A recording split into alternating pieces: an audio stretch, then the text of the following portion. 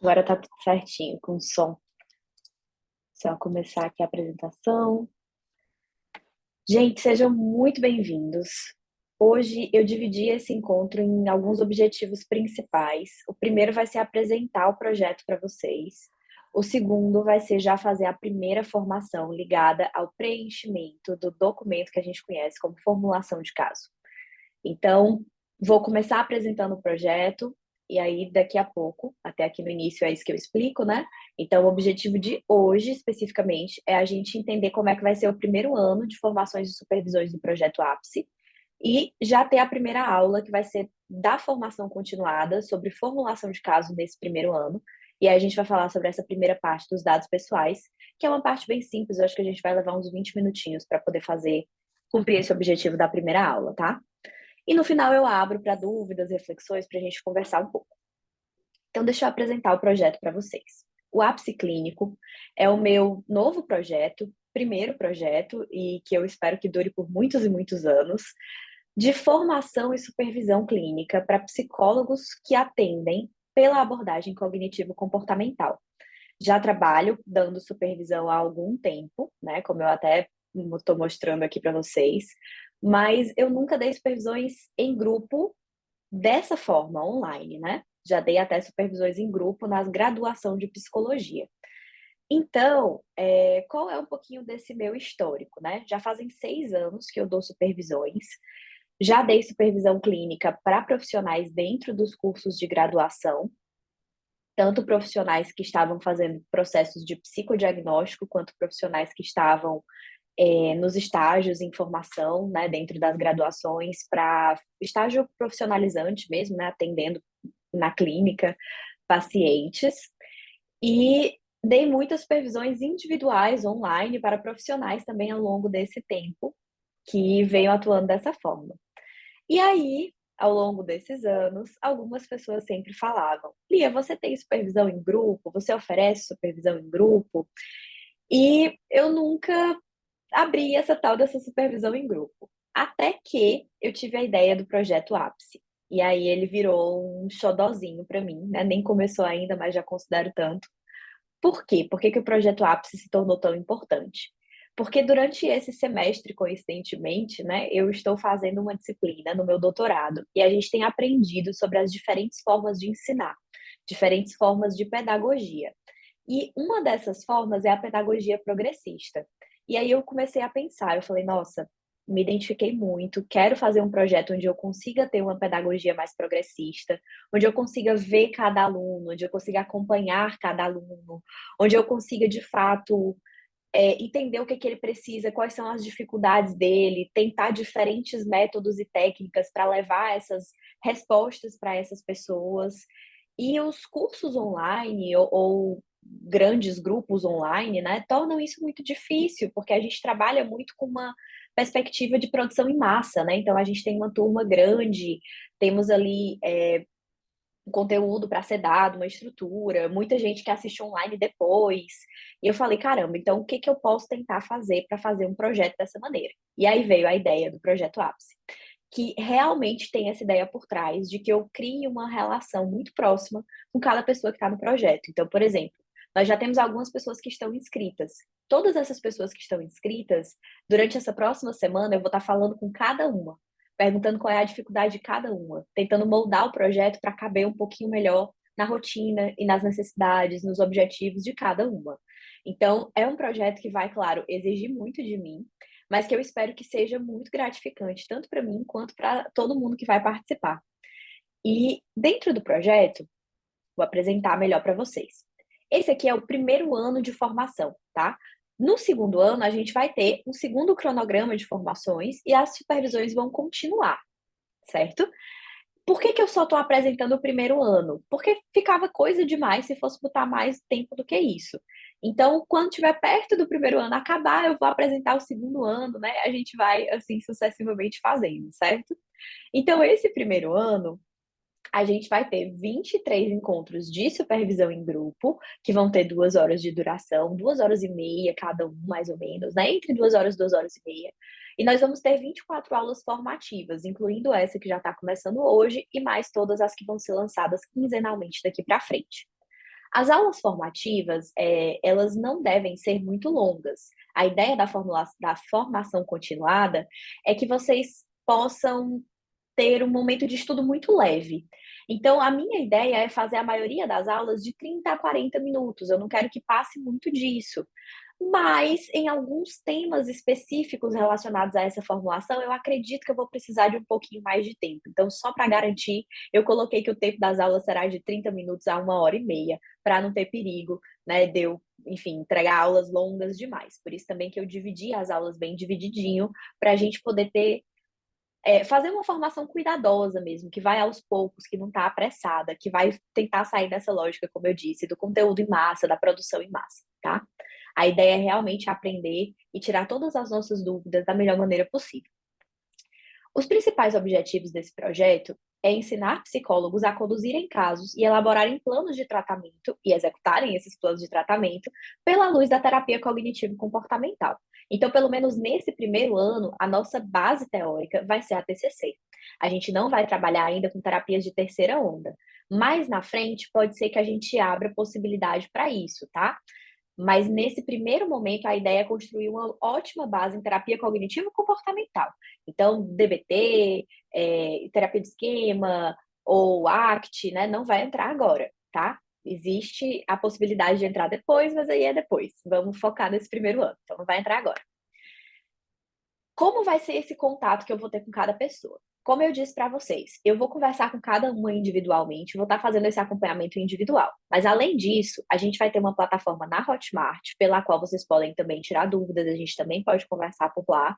E é lá que vai ficar todo o material gravado, o material em PDF, apostila, slide, escala, resumo de supervisão, formulação utilizada, tudo vai ser enviado para vocês via Hotmart, para ficar tudo divididinho, organizadinho na plataforma para vocês. Por isso também que a inscrição e o pagamento precisa ser feito por lá, para que vocês possam ter acesso à plataforma certinho, tá? Mas além desse contato pela Hotmart, a gente também vai ter contato nas supervisões que vão ser online e vão ser com todo mundo do projeto, né? Então eu vou estar aqui no Zoom, vocês vão estar aqui comigo, a pessoa que vai estar apresentando o caso vai estar aqui comigo, e aí a gente também vai ter possibilidade de ter esse contato mais pessoalmente, né? Que seria nesses momentos da supervisão. E ainda vamos ter um grupo de WhatsApp com todo mundo que estiver na turma da supervisão, para que a gente possa ir tomando algumas decisões, partilhando um pouco de como vão ser as coisas. Então, eu vou estar sempre dando os avisos para vocês via Hotmart e via WhatsApp também, tá? Então, vamos falar um pouquinho desse ano, como vai ser a formação e como vão ser as supervisões. A formação, ela vai ter, como eu disse, 24 encontros. Essas 24 aulas vão ser parte dessa formação continuada e vão acontecer quinzenalmente. Então, de 15 em 15 dias, vocês vão receber uma dessas aulas. A primeira é a de hoje, que são os dados de identificação. Daqui a 15 dias, vocês recebem a próxima aula, falando sobre queixa principal e sintomas. Daqui a mais 15 dias, terceira aula, exame do estado mental, certo? Então, vai acontecendo dessa maneira. Todas as aulas vão ser recebidas gravadas, exceto a primeira e a última. Essa primeira que está sendo online e a última que vai ser online também, que vai ser de dúvidas finais e fechamento dessa apostila e dessas formações do primeiro ano do projeto, tá? O link de acesso para essas aulas, ele sempre vai ser enviado pela Hotmart e pelo nosso grupo de WhatsApp também. E quando as aulas forem gravadas, eu vou avisar vocês no grupo de WhatsApp que as aulas já estão disponíveis e elas vão aparecer disponíveis lá na Hotmart também, tá? Vai ser sempre essa dobradinha entre WhatsApp e Hotmart. O modelo que a gente vai trabalhar, que é onde está baseado, né, esses 24 tópicos, é o modelo de conceituação que é ensinado no livro da Judith Beck, que é o que a gente tem como referência dentro da terapia cognitivo-comportamental. Então, nas aulas, eu vou ensinando para vocês, pedacinho por pedacinho dessa conceituação, como a gente preenche, por que a gente preenche, por que ela é tão importante. Já começando hoje, então a gente vai já falar sobre isso. Mas a gente também vai entender um pouquinho do como fazer e da utilidade, certo? Porque a formulação, ela nada mais é do que o instrumento que a gente usa para conseguir fazer um bom atendimento em psicologia, né? E por isso é tão importante, nesse primeiro ano eu quis fazer a formação com isso. Poderia ter escolhido, né, outros tópicos de raciocínio clínico ou de psicodiagnóstico? Poderia, mas eu achei que o preenchimento e a compreensão da formulação seria um ótimo assunto para a gente ter nesse primeiro ano, tá?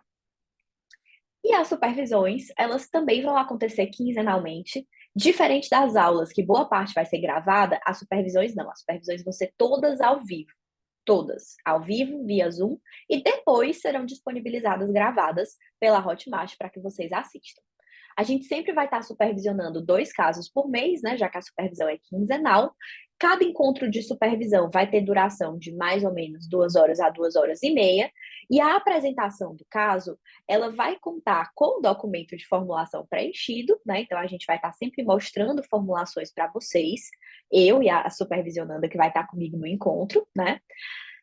A gente também vai tirar dúvidas que essa pessoa que está atendendo o caso tenha, né? E falar de alguns elementos básicos do tratamento, de técnicas, de como preparar uma sessão, de como fazer uma estrutura de sessão, de vencer dificuldades que eu estou tendo de estruturar a sessão, né? Então a gente vai sempre estar moldando esses encontros da melhor maneira possível e da forma mais individualizada possível para a turma, certo? Então, quinzenalmente, vocês vão ter acesso a esses 2 elementos, sempre uma formação e uma supervisão. E isso tudo vai ficar gravado, você pode assistir gravado ou pode assistir ao vivo, já que as supervisões vão estar sempre sendo ao vivo, tá? Como a ideia por trás desse projeto é uma pedagogia muito progressista, a ideia é que vocês possam mexer em tudo do que eu estou falando, assim. Então, Lia, não tá bom para a gente queria fazer de tal forma. Se for uma coisa, claro, que a maioria concorde e que tenha como a gente fazer essa transformação do projeto, ela será feita, certo? E isso já começa do próprio dia e horário. Para esse primeiro momento, eu precisava colocar um dia e horário até para poder me organizar, né? Então, foi escolhido o dia do sábado às 9 horas da manhã. A nossa primeira supervisão vai ser no dia 17/6, na próxima semana, às 9 horas da manhã. Nós já temos o caso, já temos a supervisionanda que vai estar participando desse primeiro momento. As próximas supervisões, pode ser que a gente tenha horários diferentes, para tentar acomodar melhor o pessoal da turma. Para isso, eu vou precisar conversar com quem já entrou, como eu disse, nessa próxima semana eu vou estar fazendo isso, e talvez a gente mude, talvez seja numa quinzena num horário, na outra quinzena no outro, e isso vai ter uma flexibilidade muito grande, porque a ideia é realmente que todo mundo possa participar online. Seria o ideal, né? Eu sei que provavelmente a gente não vai conseguir esse cenário ideal, porque é muito difícil no mundo de hoje, com os horários que todo mundo tem. Mas a gente vai tentar, tá bom? Vamos tentar conseguir o mais próximo do ideal. E a forma de participar? Você participando do projeto, você não é obrigada a ser uma das pessoas que vai levar casos. Então, você pode ser uma supervisionanda, levar os casos para serem supervisionados dentro do projeto, mas se você não quiser, né, Lia, eu sou tímida, ou eu ainda não estou atendendo, eu sou estudante de psicologia, e eu não quero, eu quero fazer minhas supervisões individuais mesmo, mas eu quero ouvir as supervisões das colegas, quero aprender com os casos que as outras pessoas atendem, né? Ou então, tipo, ainda não tenho paciente, mas quero aprender com o caso dos colegas. Esse também é um lugar para você, porque você tem como ser apenas participante. E aí você vai trabalhar sem levar os casos, né? Vai aprender, vai oferecer sugestões, vai tirar dúvidas, vai estar presente nas formações, nos casos dos colegas, mas não vai precisar se expor, né? Ou não vai precisar, se não quiser, claro, se quiser também, né? Se quiser ligar a câmera do dia que a gente vai estar fazendo a supervisão, vai ser realmente um espaço para a gente estar muito junto, mas onde a gente também vai respeitar o desejo de cada um, né? Se você não quiser estar tão exposta assim, tudo bem também, você também tem como participar dessa maneira, tá? Aqui eu vou falar um pouquinho para vocês sobre a forma de investimento e esclarecer um pouquinho de como vai funcionar essas inscrições. Para participar do projeto, você tem 2 formas. Ou você pode fazer a assinatura anual, em que você pode parcelar do seu cartão em até 12 vezes sem juros, e aí você paga 12 parcelas de 150. Se você fizer a participação mensal, o valor do investimento por mês, né, fica R$ 20 a mais, e aí o valor do projeto fica R$ 170 por mês, e você vai pagando, você pode, aí o mensal você pode pagar de diversas formas, você pode pagar por Pix, você pode pagar, assim, não que o outro você também não possa, mas aí você tem que pagar o do ano inteiro, né, então eu entendo que fica mais pesado financeiramente falando. Então, na assinatura mensal, você pode pagar por Pix, por boleto, por cartão de crédito, da forma que você achar melhor. E aí você passa esse valor, não compromete o limite do seu cartão, e você tem como ficar, né, acessando o projeto durante aquele mês. Para continuar acessando o projeto, tanto pela Hotmart, tanto no grupo do WhatsApp, no mês seguinte, você renova e faz um segundo pagamento nesse mesmo valor. Já na assinatura anual, você faz um pagamento uma única vez, em 12 vezes no cartão, de R$ 150 em 12 vezes sem juros, tá? Então, basicamente, a gente tem aí cerca de 6 horas mensais de supervisão e formação, com esse acompanhamento individualizado, saindo pelo valor de menos de uma única supervisão individual. Porque hoje, por exemplo, a supervisão individual comigo ela já está um valor acima desse valor investimento mensal, né, de R$ 170.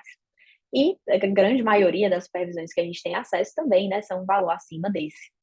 Então, realmente é uma oportunidade única para que vocês possam ter acesso a um projeto de supervisão muito completo, com supervisões que vão ser muito cuidadosas. Pensei em fazer uma das supervisões abertas também, mas acho muito delicado, né? Poderia ter escolhido um caso fictício e tal, mas quem sabe mais na frente eu faça isso depois. Mas para esse primeiro momento eu achei um pouco delicado, quis realmente deixar só a formação aberta e as supervisões só para quem vai estar realmente dentro do projeto, tá? Bom, aqui nós temos a programação, só dividindo melhor como é que vai ser para vocês poderem visualizar. Então, por exemplo, em junho agora de 2023, o que vocês vão ter acesso? 2 aulas, a de dados de identificação e a de queixa principal e sintomas principais, e a supervisão 1 e 2. Aí, em julho, supervisão 3 e 4, e mais 2 aulas, supervisão 5 e 6 em agosto, mais 2 aulas, e a gente segue nessa programação do primeiro ano até maio de 2024. Em maio de 2024, eu vou estar apresentando para vocês o novo cronograma do ano seguinte, como é que ela vai funcionar, certo? Então, gente, eu espero que tenha ficado claro como é o projeto, qual é a ideia por trás do projeto. Vai ser muito bom poder estar mais perto de vocês do que eu já estive nos outros projetos, né? Porque dando aulas, querendo ou não, eu não tinha esse contato de um por um para ter esse cuidado maior com cada um. Então, estou muito animada para esse projeto começar e queria deixar o convite, assim, de coração mesmo, para que vocês venham para esse time de profissionais que vai estar lá buscando conhecimento, buscando se profissionalizar dentro da área da terapia cognitivo-comportamental. Eu espero poder aprender muito e ensinar muito todas vocês e que a gente possa realmente, né, segurar na mão, assim, fazer um time muito bacana dentro desse projeto, tá? Então fica aqui o convite, fica a explicação do projeto. Eu espero que vocês tenham gostado da ideia. E agora a gente vai entrar na primeira formação. E aí eu vou falar um pouquinho de uma parte mais conteudística, né? Realmente vou passar um pouco para vocês como é que vai funcionar é, a formação em si. Então, vamos nós. Gente, essa é a primeira formação continuada do projeto Ápice Clínico. Dentro da formação continuada desse primeiro ano, a gente vai ter 24 aulas estudando como escrever e por que escrever uma formulação de caso. Vamos começar falando um pouquinho e fazendo um pequeno alinhamento de o que é uma formulação de caso e qual a importância desse documento. Então, a formulação de caso, ela é literalmente um documento por escrito, um arquivo de Word, que ela tem como objetivo reunir toda a narrativa relativa àquele paciente que eu estou atendendo. Então, imaginem que a formulação de caso, ela funciona como se ela fosse os exames médicos que o médico pede quando a gente vai para qualquer consulta. Então, eu chego no médico, por exemplo, vamos supor, chego no otorrino e eu digo, doutor, eu estou com dor de ouvido. O que esse médico faz? Ele diz, eu tenho que entender. Então, além dele fazer um exame clínico, ele olha meu ouvido, né? Ele bota aquele aparelhinho, ele coloca luz, ele pergunta para mim que dor é essa? É uma dor que pulsa, é uma dor que para, é uma dor assim assada, né? Então ele faz várias perguntas sobre a minha dor. Ele pede para eu fazer algum tipo de exame de laboratório, ele recolhe uma amostra, por exemplo, da cera do meu ouvido para fazer algum outro exame também. Isso vai ajudar ele a entender, para ele poder saber como tratar e como me ajudar. Quando a gente fala de psicólogo, a mesma coisa acontece. Só que o nosso objeto de tratamento, ele não é tão concreto quanto uma dor de ouvido. Então, não tem uma cera que eu possa mandar para fazer um exame de laboratório, né? Não tem uma luz que eu possa colocar em algum lugar para ver a pele ou isso ou aquilo outro do paciente melhor. Qual é essa luz, então, né? Qual é o exame que o psicólogo faz, então? É a formulação de caso. A escrita da formulação de caso, a elaboração do raciocínio clínico em todos os elementos da formulação de caso, é o que mostra para a gente entendeu o paciente, verdadeiramente entendeu o funcionamento dele e como a gente tem possibilidades, né? Quais são, inclusive, essas possibilidades de tratamento, de mudança, de melhoria, de orientação desse paciente. E a gente entendeu também, com a base, por exemplo, da psicopatologia, né, qual é a natureza, qual é a etiologia desses problemas, se isso faz parte de um determinado diagnóstico ou não, como é que isso se estrutura. Então, a formulação de caso, ela é o que permite a gente dizer que entendeu o paciente, que conheceu o paciente, que sabe o mecanismo de funcionamento daquele paciente nas áreas de dificuldade que ele trouxe para a gente trabalhar. Que a gente pode dizer que eu escolhi quais técnicas eu vou usar com esse paciente, eu escolhi quais são as intervenções psicológicas que eu vou fazer com aquele paciente. Sem a formulação, eu não tenho nada disso. A gente vai ter uma coisa meio desorganizada se você não formular o caso.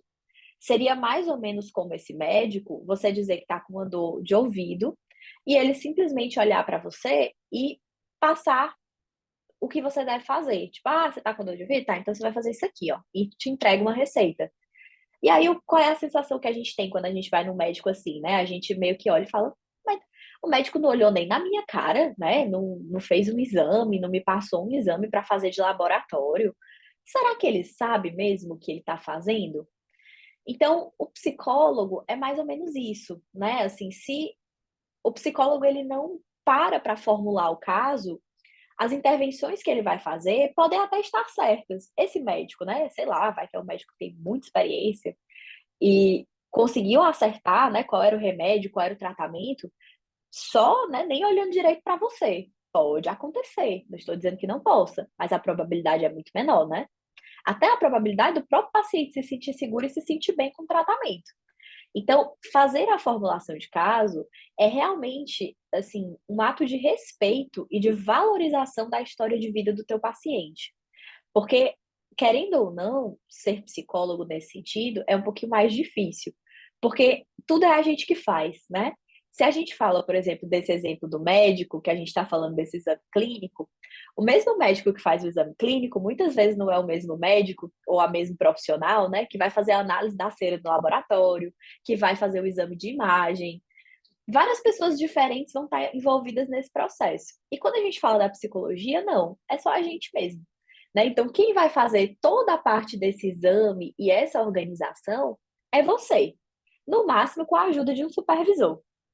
Então, fazer esse processo da formulação, Lia, é muito trabalhoso.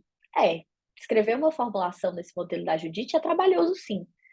Não é só o diagrama que eu preciso montar, né? O diagrama é o mínimo, o diagrama de conceitualização é o mínimo do mínimo. Mas eu preciso também fazer o documento de forma completa para eu garantir que eu não vou fazer só o mínimo, né? Que eu vou realmente respeitar e valorizar meu paciente por toda a história de vida dele e pela pessoa que ele é, que está me confiando a ser essa pessoa que vai saber como realmente ajudá-lo a passar por momentos difíceis, a vencer desafios, a superar dificuldades.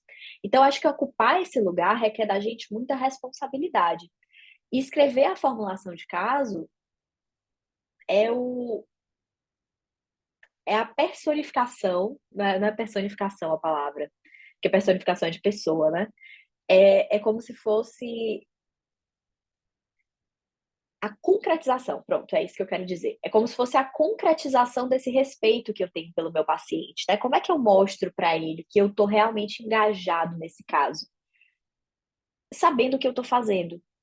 É escrevendo um prontuário muito bem feito, fazendo uma formulação por escrita e seguindo, claro, né, aplicando o que tem nessa formulação e intervenções dentro das minhas sessões, estruturando essas sessões, entregando para ele uma compreensão acurada dentro da terapia cognitivo comportamental.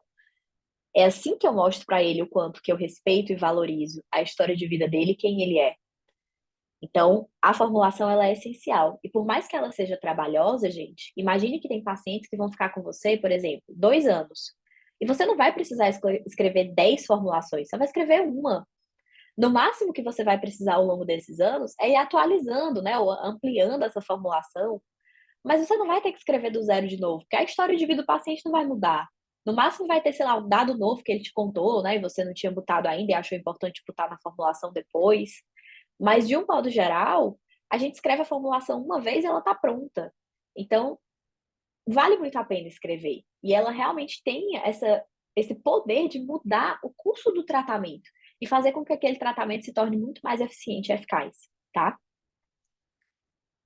Então, a formulação que a gente vai aprender a escrever é a formulação que está no apêndice B do livro da Judith Beck, conforme esse modelo mais atualizado, que é o modelo de 2022, lançado no ano passado, né? E aí vocês podem encontrar a formulação completa. Eu vou até mostrar aqui para vocês, interromper um pouquinho o compartilhamento dos slides e vou mostrar para vocês o modelo da formulação da Beck, certo? Tal qual como está no livro. Então, esse modelo aqui é a forma, né? Isso aqui, na verdade, é o resumo de caso e a conceitualização do Abe, que é o paciente que a Judith vai apresentando para a gente ao longo do livro. E aí ela mostra para a gente a formulação preenchida, né? Então, vocês podem ver aqui, vou até mostrar o índice para vocês. Vocês podem ver que essa formulação ela é dividida em 6 partes. Essas partes, elas são divididas em subtópicos. Então, aqui, por exemplo, a parte 1, né? Informações da admissão. A gente tem alguns subtópicos: dados de identificação da admissão, queixa principal, sintomas, estado mental e diagnóstico, medicações psiquiátricas atuais, tratamento, relações significativas. Então, a gente tem aqui esses subtópicos dentro de cada parte. E aí a gente tem, né, parte 2, histórico do paciente, parte 3, o diagrama de conceitualização cognitiva, que não está nesse arquivo, mas está no livro nas páginas 44 e 45. Nós temos a parte 4, que é o resumo da conceitualização. Então, não adianta só eu fazer o diagrama, né? Eu preciso fazer um resumo dessa conceituação explicando os mecanismos que eu montei dentro do diagrama, tá? Parte 5 é a especificação de todo o meu plano de tratamento. E na parte 6, o curso de tratamento, onde eu vou escrevendo como está sendo o tratamento e falando o que já foi feito, como é que está evoluindo, né? E essa parte aqui de resultados do tratamento que a gente só preenche depois que o paciente recebe alta, tá? Então, deixa eu trocar de novo aqui a apresentação. Voltar aqui para os slides rapidinho.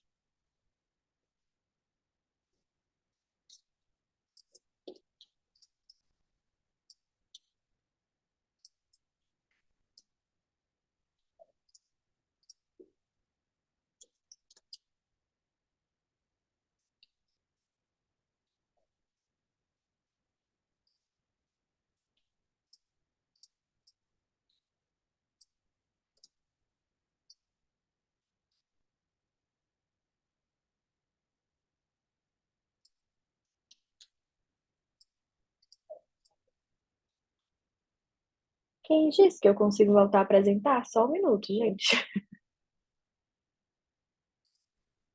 Peraí.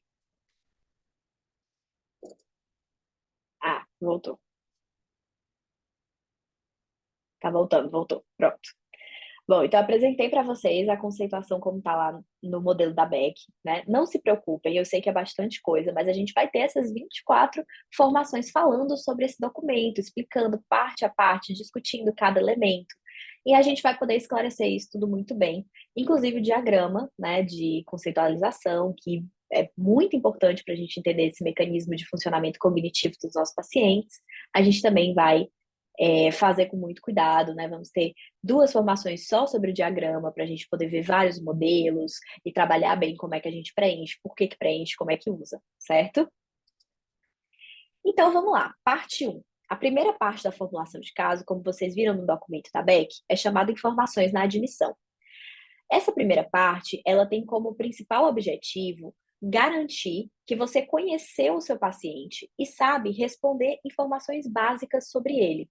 Então, se eu sei quem é o meu paciente, se eu entendi, né, quem é essa pessoa, onde é que ela mora, com quem que ela vive, se eu sei o básico sobre ela, se eu sei, por exemplo, o mínimo que eu preciso conhecer de um novo amigo que eu acabei de conhecer em algum local, eu vou saber preencher a parte um, que são as informações da admissão. Principalmente essa primeira parte, que são os dados de identificação. Nas outras partes, a gente também vai requerer alguns outros conhecimentos, como conhecimento de psicopatologia e alguns conhecimentos acerca da terapia cognitivo-comportamental e alguns dos seus conceitos básicos.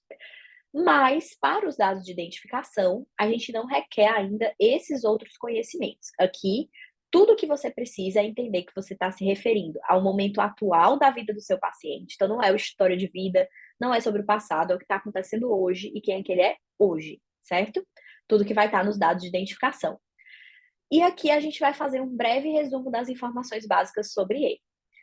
Nesse caso aqui, a gente vai ter elementos que vão me permitir moldar o tratamento para o paciente com as suas características. Então, quando vocês fizeram a leitura do livro da Judith Beck, da terceira edição, ao longo do livro inteiro, a Judith bate nessa tecla. Ela fica falando, gente, o tratamento é assim, mas você tem que moldar o tratamento para as características individuais do teu paciente. Ou seja, dependendo da idade, dependendo da religião, dependendo do sexo, dependendo das tradições que ele tem, dependendo de um monte dessas coisas, né, de gênero, sexualidade, você vai fazer a modificação da estrutura do tratamento em função dessas características do seu paciente. Então, para poder fazer as modificações que eu preciso fazer, se forem necessárias, eu tenho que ter essas informações, né? Eu preciso saber se eu tenho que adaptar a terapia em função da idade do meu paciente, do gênero dele, da religião, da sexualidade ou de alguma circunstância de vida atual que ele está passando. Para eu poder responder isso, eu tenho que ter os dados de identificação todos preenchidos. Eu não posso deixar passar, porque ainda que eles possam parecer muito bobinhos, né? Ah, idade, isso, aquilo, outro, mas se nem isso você sabe, ou se a sua anamnese faltou questões tão básicas, como que você vai saber a parte profunda? Ou como que você vai saber essa parte profunda sem saber nem isso, né? A gente não pode pular etapas, porque a gente aumenta a chance de errar, né? Então, é importante que a gente faça realmente esse preenchimento de uma forma muito cuidadosa. E que a gente não entenda, eu gosto sempre de falar isso, né? Que a gente não entenda que esses dados de identificação, eles são como dados de identificação que a gente vê em qualquer lugar. Por que você está dizendo isso, Lia?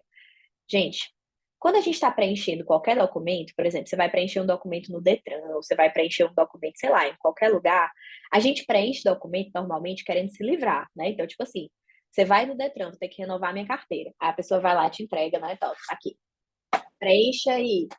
Aí você coloca o mínimo de palavras possíveis para se livrar o mais rápido possível daquele questionário, né?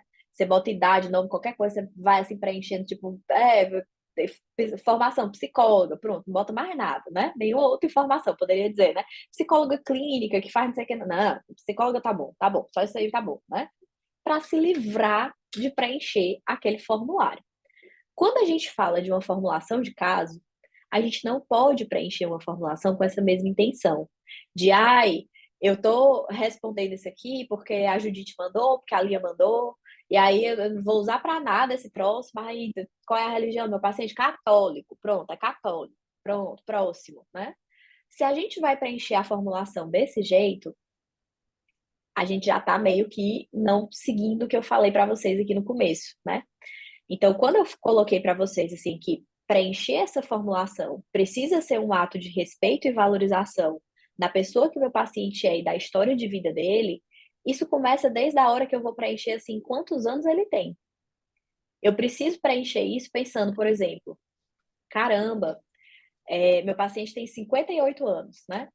Eu preciso preencher isso de certa forma, pensando, meu Deus, são 58 anos de história de vida que estão sendo confiados a mim. Fazem 58 anos que o meu paciente vem formando suas crenças. Quantas experiências ele não já passou em 58 anos para que hoje ele esteja aqui me pedindo ajuda? Quantas vezes será que a vida já fez ele flexibilizar e endurecer algumas dessas crenças. Quantas experiências, né? Eu já estou pulando um pouco para o diagrama. Quantas experiências ele não teve que estão ligadas com a formação dessa estrutura cognitiva que ele tem hoje? Isso eu preciso pensar quando eu estou preenchendo a idade, entendem? Porque eu preciso preencher a formulação com essa sede, com essa vontade de conhecer de verdade aquele paciente. E os dados pessoais é a primeira parte, a parte mais simples, mas a parte também que vai dar essas informações, como eu disse, muito importantes, para que eu possa moldar o tratamento para as características daquela pessoa especificamente, tá? Então ela não deve ser pulada, ela deve ser preenchida com esse mesmo respeito, com esse mesmo faltou o adjetivo, mas é como se fosse um cuidado, um primor, né, com essa preciosidade, assim, que é a gente está podendo receber essa vida para tratar essa vida no sentido de fazer as melhores intervenções possíveis para ajudar a pessoa a alcançar aqueles objetivos, a viver uma vida que faz mais sentido para ela, tá? Então aqui a gente tem o primeiro exemplo de como fica os dados pessoais preenchidos. Nesse primeiro exemplo a gente tem o exemplo do Abe, que é o exemplo da Judith Beck, né? E aí, como é que ela coloca? Ela coloca, olha, o Abe tem 56 anos, ele é do gênero masculino, heterossexual, a herança cultural dele é americano, com herança europeia. A orientação religiosa e espiritual do Abe é que ele é membro da igreja unitária, mas ele não estava frequentando a igreja na época que ele iniciou o tratamento. O ambiente de vida dele é um apartamento pequeno em uma cidade grande e ele mora sozinho. A situação profissional do Abe é desempregado e a situação socioeconômica é que ele pertence a uma família, né, a um grupo de classe média. Então vamos falar um pouquinho sobre cada uma dessas partes do preenchimento dos dados de identificação. Primeiro, a idade. A idade a gente pode preencher com quantos anos o paciente tem ou com a data de nascimento dele. E como eu disse, a ideia por trás da idade é a gente entender o tanto de história de vida que tem por aí e como é que a gente vai ter acesso a essa história de vida, né? Então ela já ajuda a gente a moldar o tratamento nesse sentido. Identidade de gênero e orientação sexual. Essa parte a gente precisa colocar qual a orientação sexual do paciente e qual a identidade de gênero dele. De um modo geral, identidade de gênero, a gente tem cisgênero, transgênero e não binário. Se relevante, a gente pode destacar também a expressão de gênero, porque para algumas pessoas faz mais sentido. Tipo, Lia, posso achar que faz mais sentido me colocar gênero feminino ou mulher do que colocar gênero cisgênero. Então, a gente pode usar as duas palavras, né? Então, eu poderia colocar gênero feminino cisgênero ou feminino transgênero, né? E aí eu ressalto ali se for interessante para você e para o paciente, né? Então, a gente não deve colocar aqui só o sexo biológico, tá? Mas também a expressão de gênero daquela pessoa e a identidade de gênero dela. E a orientação sexual, a gente tem aí diversas, né? Heterossexual, bissexual, homossexual, assexual, etc. Nessa parte aqui, se vocês acharem relevante, a gente pode também destacar de uma forma bem sintética se isso é uma questão para o nosso paciente, tá? Então, vamos supor que eu estivesse atendendo um paciente que é homossexual e isso fosse uma questão para ele. Eu poderia destacar isso, né? Homossexual e por que que é uma questão, né? Aí teria que ver com o paciente, mais ou menos, como é que ele gostaria de ressaltar essa questão e como é que a gente poderia colocar isso dentro da formulação, tá? Já na herança cultural, a gente vai se questionar quais aspectos culturais são relevantes. Por exemplo, esse paciente, ele tem algum costume religioso, algum costume familiar, ou algum grupo social específico que seja importante para ele, por exemplo, é um paciente que pertence a um grupo de skatistas, um grupo de rock, um grupo de desenho, um grupo de crochê, enfim. Ele se identifica com algum grupo que, de repente, é um grupo que traz uma grande modificação, um grupo religioso mesmo, né? Que traz uma modificação ali na cultura dele. Ou, por exemplo, é um paciente que é brasileiro, nascido do Brasil, né? Estou atendendo brasileiro, mas que tem uma religião africana, ou que a família tem uma origem africana, mas que é muito preservada, ou é judeu, né? E essa família também tem uma tradição muito fincada nisso. A gente precisa saber, né, se ele tem uma tradição árabe, judaica, enfim, seja o que for, que é importante para ele. Então, é uma pergunta também bem relevante de ser feita, para que a gente possa usar isso em vários momentos do tratamento, tá, gente? Por exemplo, eu vou sugerir para o meu paciente que ele faça ativação comportamental, se ele for um paciente deprimido, né? Aí eu vou sugerir a ativação comportamental. Se eu souber que ele tem várias coisas que são importantes, né? Porque práticas culturais que ele acha importantes e relevantes, eu posso sugerir que ele faça ativação comportamental fazendo essas práticas. Pode fazer muito mais sentido para ele do que simplesmente fazer uma prática de mindfulness, né? Talvez uma prática religiosa que tenha um caráter de mindfulness ali também, ajude mais e faça mais sentido para ele ativar esse comportamento. Eu só vou saber isso se eu tiver noção dessa herança cultural, certo? Nessa parte da identidade de gênero e orientação sexual, eu quis trazer para vocês essa figurinha, que eu acho ela um barato, porque ela resume muito bem e é bem interessante, que é o biscoito sexual. Esse biscoitinho, ele traz pra gente um pouco da noção que a gente precisa ter, tá? A gente não precisa assim, né? Tô querendo dizer que não é aí que tá, eu não tô querendo dizer que não é necessário, é necessário. Mas mesmo que você não tenha uma leitura aprofundada em questões de gênero e sexualidade, é necessário que você tenha pelo menos uma noção boa disso para trabalhar com psicologia, tá? Porque é muito complicado a pessoa chegar, por exemplo, no consultório de um psicólogo, chegar para você e falar, não, então é que eu sou genderqueer. Aí você falar, você é o quê? O que é isso, minha filha? Pelo amor de Deus, me explique, né? O paciente já vai começar comprometendo o vínculo e você já vai começar meio que o paciente dizendo, essa aí, ó, não sabe o que é, né? Então, no mundo de hoje, a gente não tem nenhuma noção de nomenclatura e saber minimamente como navegar por essas questões de identidade de gênero, expressão de gênero, sexo biológico, orientação sexual, e a gente não tem uma noção de vocabulário, né, de entender todo o LGBTQIA+, né, que a gente precisa saber, não tem como. A gente tem que ter essa noção, tá? Então, o biscoitinho sexual, ele tá aqui meio que para mostrar isso pra gente, né? Que a identidade de gênero é a forma como eu me sinto na minha cabeça, né? Como eu me considero. Então, eu posso ter o sexo biológico de mulher, mas me considerar homem. Então, a minha identidade de gênero seria homem, apesar do meu sexo biológico ser mulher, tá? Então, a gente tem essa diferença. E eu ainda tenho a expressão do gênero, porque eu poderia me considerar, como eu falei, mesmo exemplo, eu poderia me considerar homem, apesar do meu sexo biológico ser mulher, mas a minha expressão de gênero, ela pode ser andrógina. Eu posso nem parecer homem, nem parecer mulher, assim, não usar exatamente, né? Porque quando a gente fala de mulher, a gente pensa em maquiagem, a gente pensa em brinco, a gente pensa num cabelo maior, a gente pensa muitas vezes, né, em estilos de roupa que homens normalmente não usam, ou por exemplo, né? Saia, cropped, não é o mais comum a gente ver homens usando. Mas uma apresentação andrógena seria uma mistura dessas duas apresentações, né? Então imagine um cabelo cortado como homem, mas utilizando um brinco feminino maior, como esse que eu tô. E aí a gente pode ter uma apresentação mais andrógena, que vai tentar ficar mais neutra nesses papéis de gênero, ou uma apresentação feminina ou uma apresentação masculina, né? O paciente que vai mostrar pra gente é ele que vai dizer pra gente também o quanto que esses elementos são importantes para ele, tá? Ai, Vitória, imagina, pode ficar tranquila e depois a gente continua conversando melhor, viu?